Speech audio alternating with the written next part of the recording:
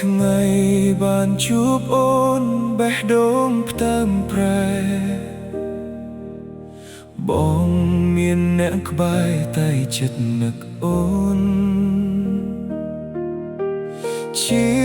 អារម្មណ៍ឈួតមួយពេលឬយ៉ាងណានេះឬជាវាសនាឲ្យជួបបែបនេះ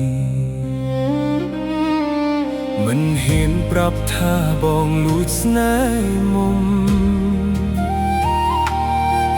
ព្រោះដឹងមិនសមថាមិនគួរធ្វើតែចិត្តនេះជ្រុលឲ្យវាលងលើតើបងគួរធ្វើយ៉ាងម៉េចទើបត្រូវ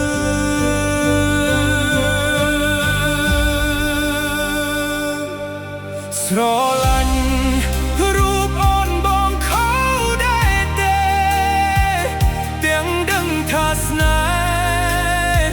ហ៍មិនអាចទៅរួចតែអារម្មណ៍នេះលងស្នេហ៍លើបើធ្លាក់ក្នុងរណ្ដៅហាន់លងស្នេហ៍អូនហើយ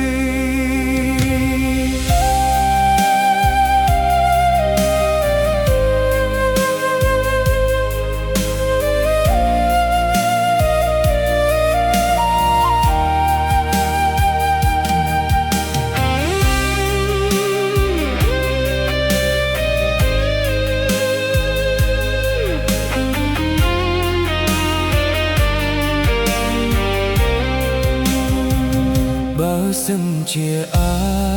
ចពេលថៃក្រោយបាន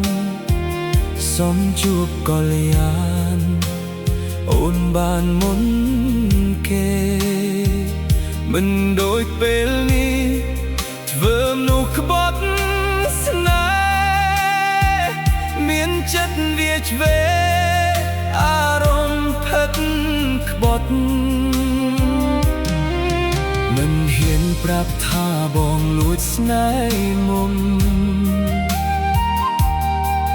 ព្រោះដឹងមិនសមថាមិនគួរធ្វើតែចិត្តនេះជ្រុល